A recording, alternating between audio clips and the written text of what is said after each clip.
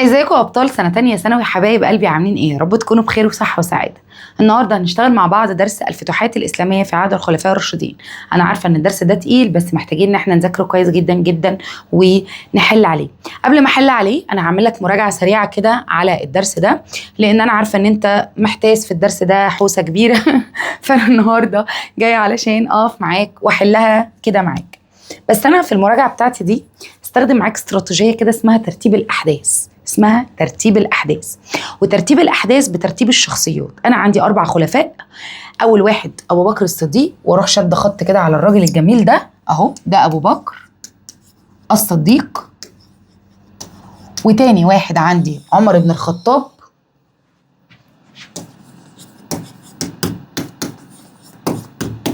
وعندي عثمان ابن عفان.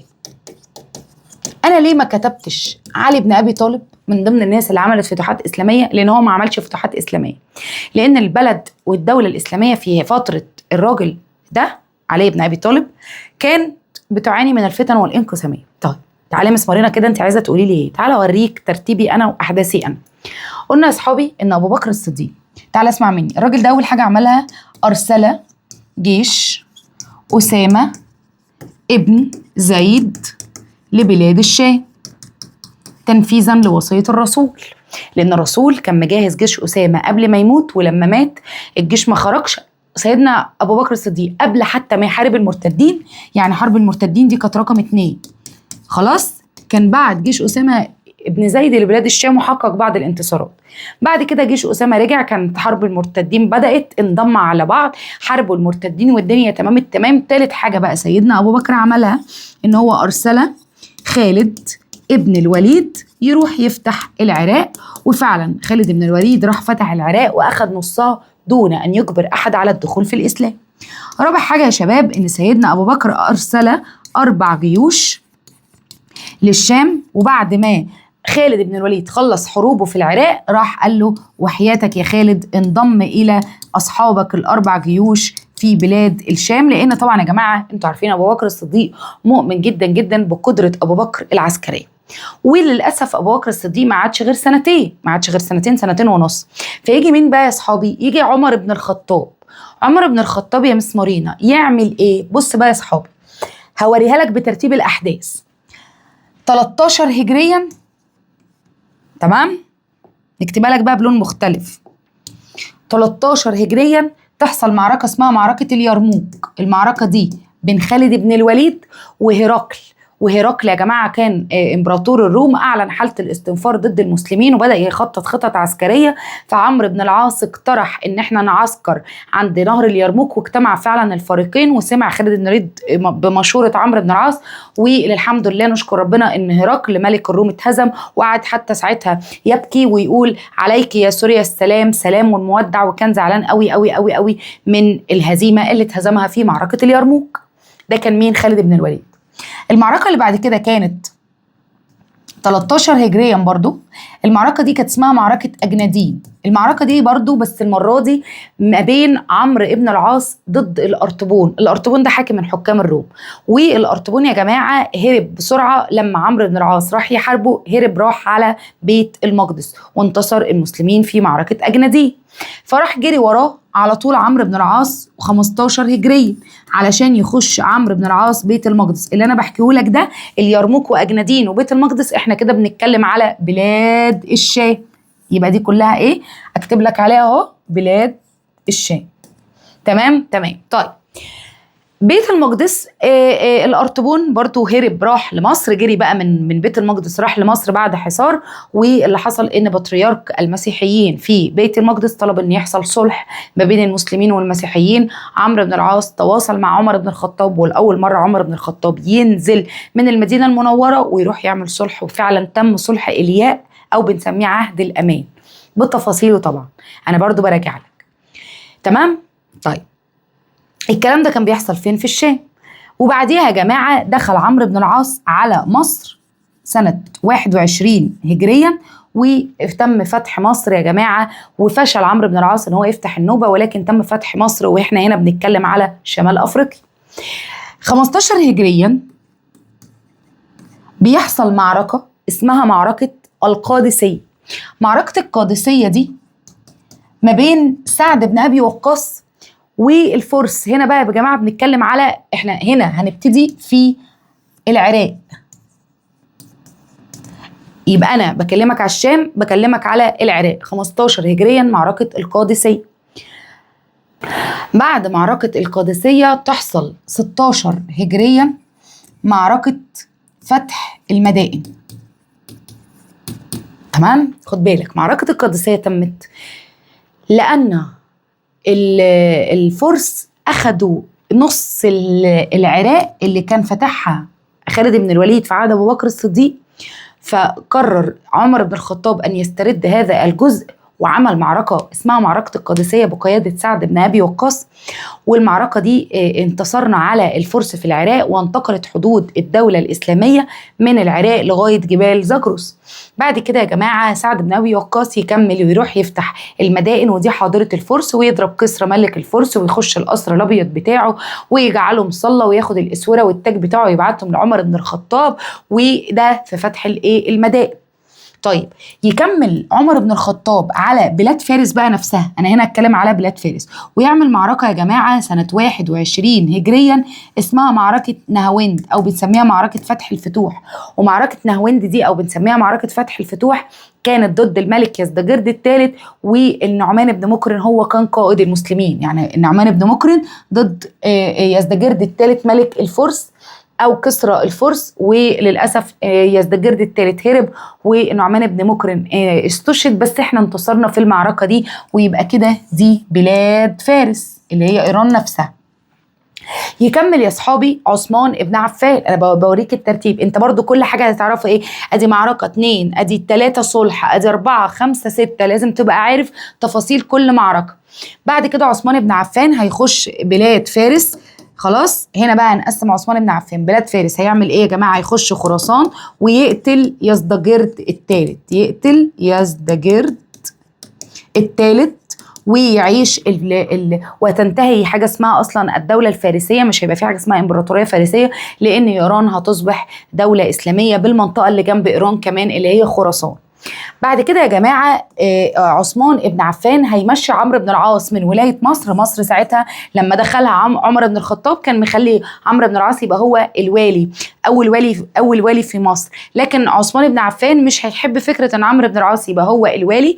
دماغ عمرو بن العاص عسكريه، وعثمان بن عفان عايز واحد اداري. فهيجيب مين يا جماعه؟ هيجيب عبد الله ابن سعد ابن ابي السرح. عبد الله بن سعد ابن ابي السرح ده هيروح يكمل اللي بعد مصر بقى، فيروح النوبه يعمل اتفاق اسمه اتفاق البقت مع اهل النوبه، ويروح يستأذن من سيدنا عثمان بن عفان، يقول له بعد اذنك انا هروح افتح سبيطله اللي هي دلوقتي في افريقيا.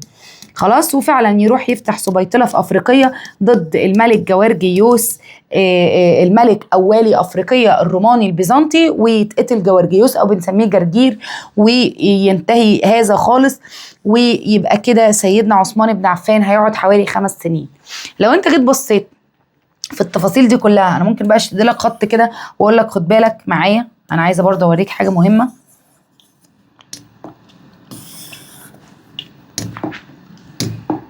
عندي اسماء ملوك، اسماء،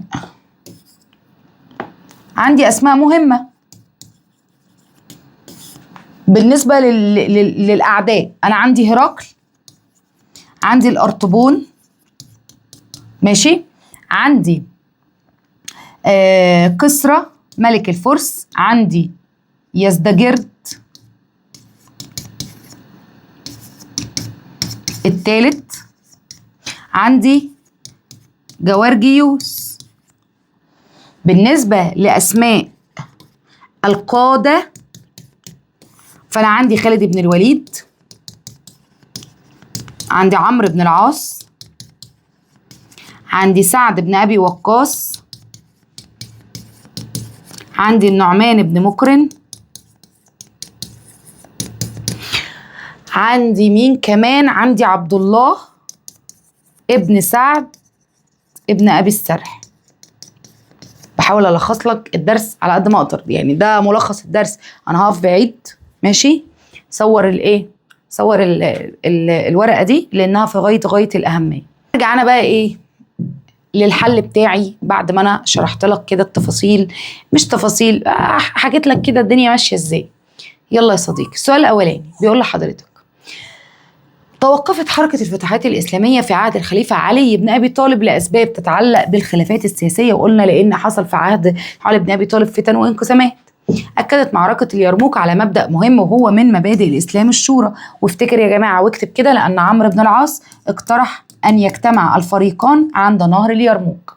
يرجع العامل الأساسي لهروب الأرطبون لمصر إن مصر يا جماعة كانت مركز الثقل الاستراتيجي للرومان في شمال أفريقيا، فتبقى الإجابة استراتيجية. السؤال اللي بعده بيقول لك: يدل موقف الخليفة عثمان بن عفان من فتح السبيطلة على تطبيق مبدأ المشاركة في صنع القرار، لأن عبد الله بن أبي سعد بن أبي السرح هو اللي قال له: استأذنك يا خليفة المسلمين ان احنا نفتح سبيطلة. فما فيش مشكلة ان انا باخد بكلام ونشترك في الاول وفي الاخر في القرارات، ما دام في الاخر كل ده هيصب في مصلحة الدولة الإسلامية. بعد انهيار سد مأرب هيجرد بعض قبائل نحو الشمال، منهم من سكن جنوب الكوفة يعني جنوب العراق، ومنهم من سكن في بداية الشام في الشام بقى. بتحليل مضمون العبارة يتضح أن من سكنوا جنوب الكوفة غرب الفرات أصبحوا جزء من الدولة الإسلامية في عهد مين؟ في عهد أبو بكر الصديق، لما بعت خالد بن الوليد قال له افتح نص العراق، وفعلا فتح الجزء الجنوبي من العراق. جنوب الكوفة يبقى جنوب العراق.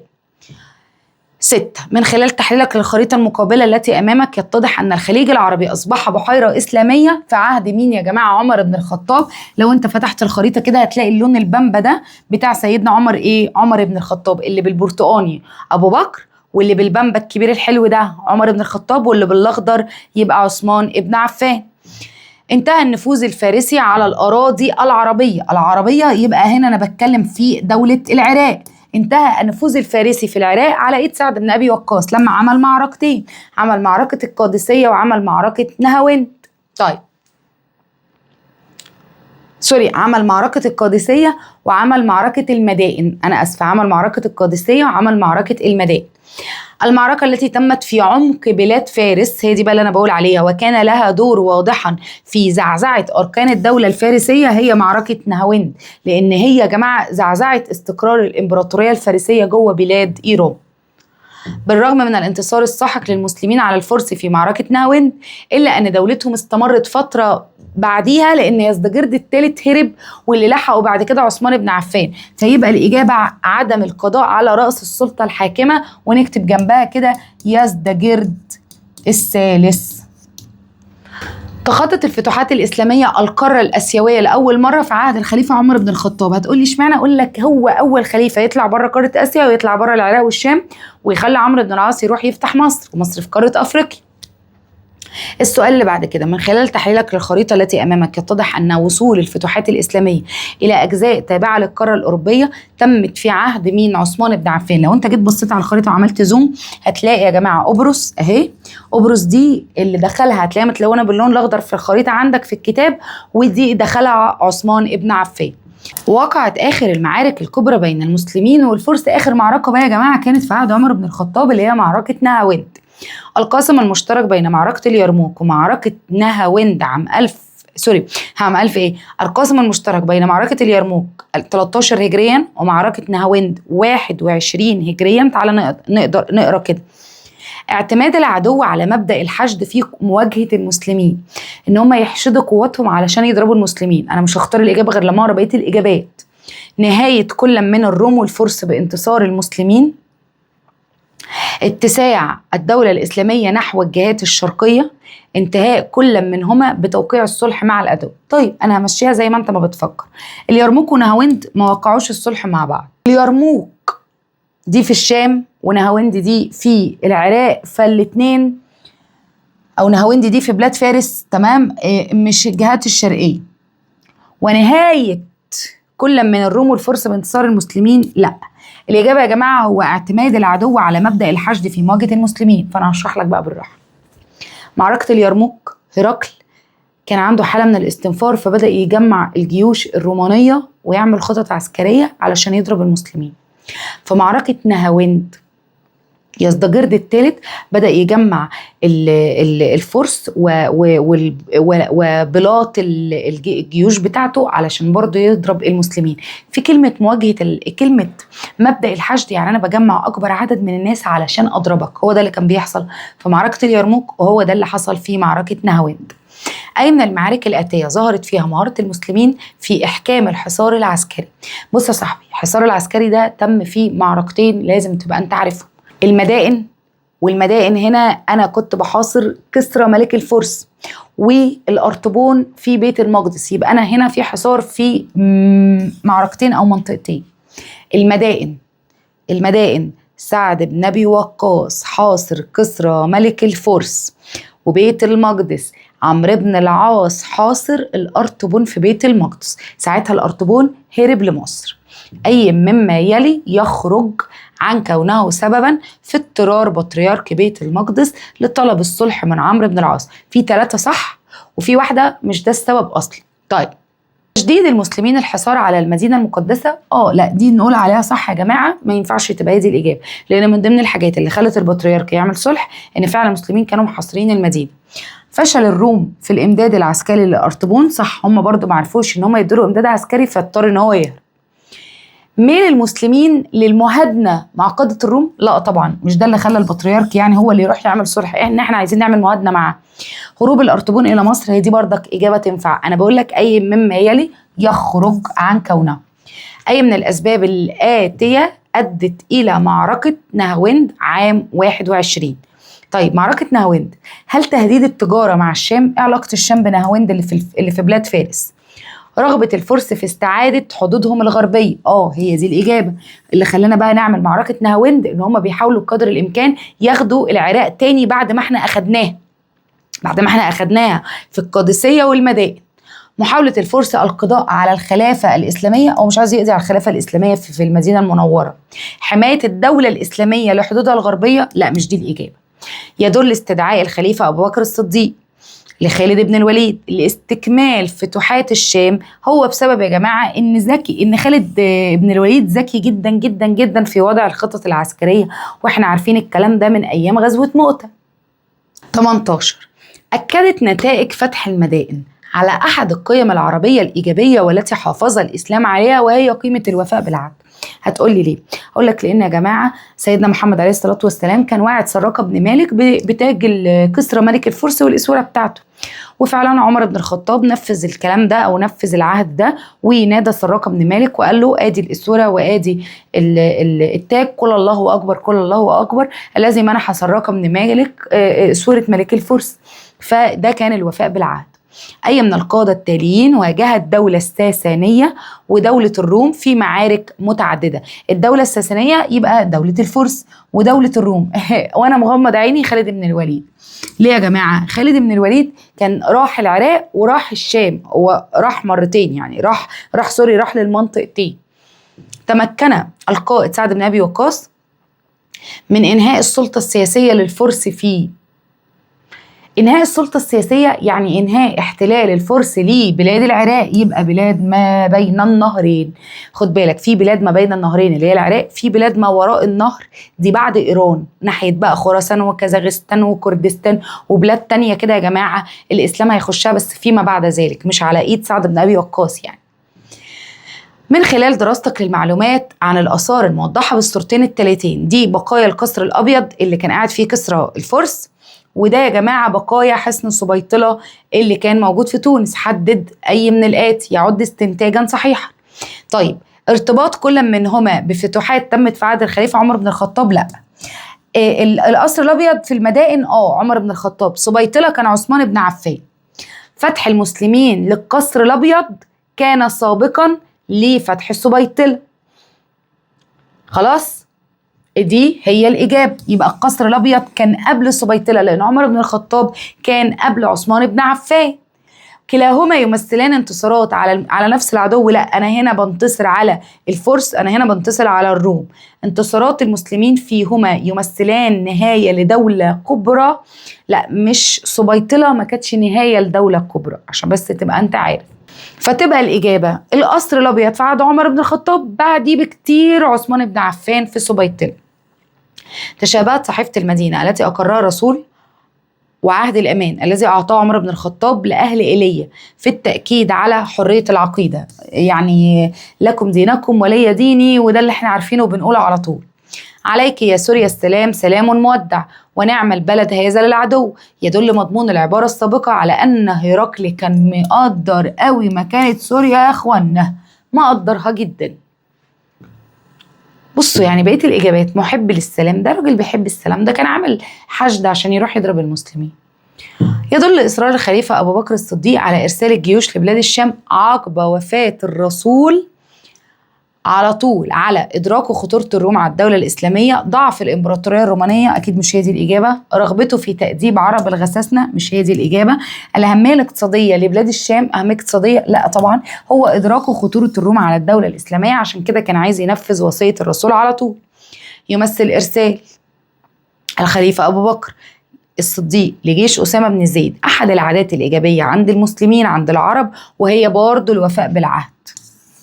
ليه يا جماعة؟ عشان سيدنا محمد كان على سرير الفراش مجهز الجيش ومات، فدي كانت وصيته، فاللي نفذ الوصية ونفذ العهد كان مين؟ سيدنا أبو بكر الصديق.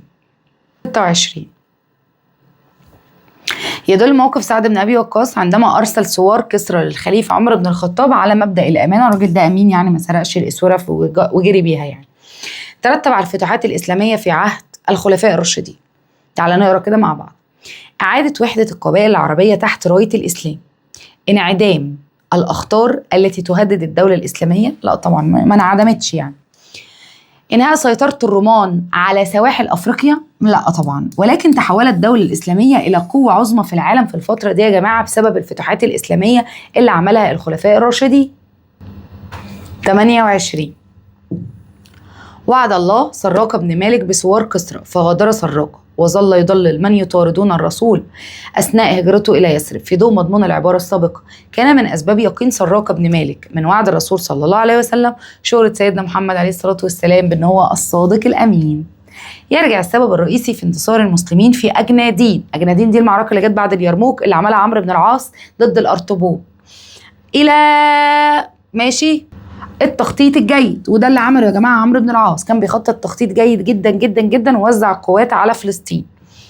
نستنتج من خلال دراسة الفتوحات الإسلامية في عصر الخلفاء الراشدين أن السبب الرئيسي لانتصار المسلمين على الفرس والرومان الاهتمام بالأساليب العسكرية الحديثة، لا طبعا يعني ما بتتحسبش كده، إقامة التحصينات العسكرية وكثرة أسلحة الجيوش الإسلامية، ولكن يا جماعة هو الالتزام بمبادئ الفتح الإسلامي، وده يا جماعة اللي احنا قلناه في أول درس في الوحدة الثانية، إن المسلمين بيلتزموا جدا جدا بمبادئ الفتح الإسلامي.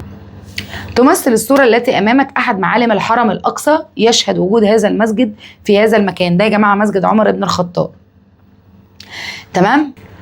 والمسجد ده اتعمل لان سيدنا عمر بن الخطاب وهو بيزور الكنيسه كنيسه القيامه بناء على طلب البطريرك في بيت المقدس الاذان ادن، فبطريرك بيت المقدس قال له صلي، فسيدنا عمر بن الخطاب رفض ان هو يصلي في الكنيسه، وقال انا لو صليت في الكنيسه هتبقى بعد كده سنه مستحبه عند المسلمين ويبنوا مسجد في المكان ده ويقولوا هنا صلى عمر، فانا مش هعمل كده.